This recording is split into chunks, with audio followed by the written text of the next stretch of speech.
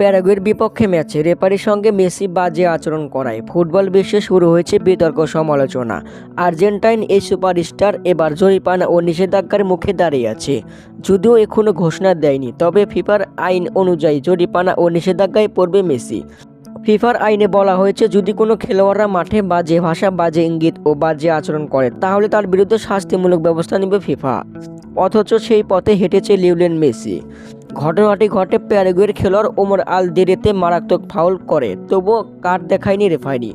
মেজাজ হারিয়ে সে সময় রেফারি অ্যান্ডারসন দারানকোর সঙ্গে আঙ্গুল উঁচিয়ে কথা বলেন মেসি। আন্তর্জাতিক সংবাদ মাধ্যম জানাচ্ছে, মেসি তখন শাসাচ্ছিলেন ব্রাজিলের ওই রেফারিকে।